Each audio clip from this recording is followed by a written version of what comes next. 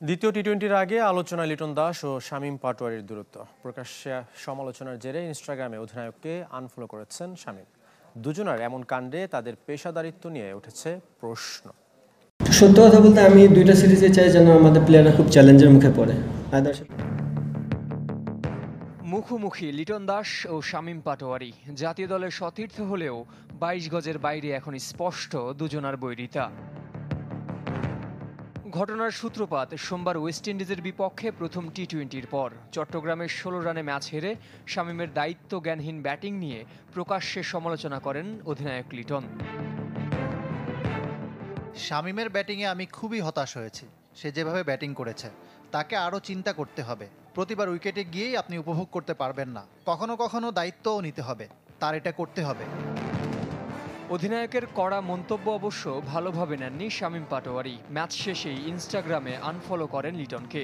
যদিও সাম্প্রতিক পারফরম্যান্স কথা বলছে তার বিপক্ষে। শেষ ৪ টি-20-তে করেছেন মাত্র ৩৪ রান, দুটিতে শূন্য। তার চেয়েও গুরুত্বপূর্ণ তার দৃষ্টিকটু আউট। প্রশ্ন উঠেছে লিটনের বক্তব্য নিয়েও। সিরিজ চলাকালে অফ ফর্মে থাকা একজন ক্রিকেটারকে আগলে রাখার পরিবর্তে এভাবে চিহ্নিত করে সমালোচনা কতটা যৌক্তিক, সেই প্রশ্ন তুলছেন কেউ কেউ। সিরিজ চলাকালে দুই ক্রিকেটারের এমন আচরণ কতটা পেশাদার, আছে এমন প্রশ্ন।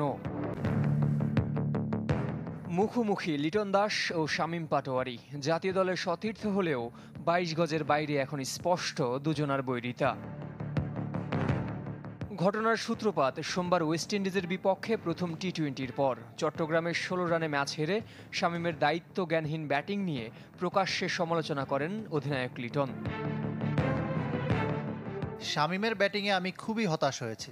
সে যেভাবে ব্যাটিং করেছে তাকে আরও চিন্তা করতে হবে। প্রতিবার উইকেটে গিয়েই আপনি উপভোগ করতে পারবেন না, কখনো কখনো দায়িত্বও নিতে হবে, তার এটা করতে হবে। অধিনায়কের কড়া মন্তব্য অবশ্য ভালোভাবে নেননি শামীম পাটোয়ারি। ম্যাচ শেষেই ইনস্টাগ্রামে আনফলো করেন লিটনকে। যদিও সাম্প্রতিক পারফরম্যান্স কথা বলছে তার বিপক্ষে। শেষ ৪ টি-20-তে করেছেন মাত্র ৩৪ রান, দুটিতে শূন্য। তার চেয়েও গুরুত্বপূর্ণ তার দৃষ্টিকটু আউট।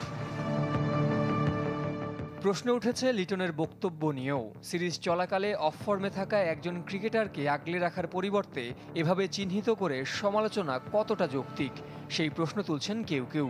সিরিজ চলাকালে দুই ক্রিকেটারের এমন আচরণ কতটা পেশাদার, আছে এমন প্রশ্ন।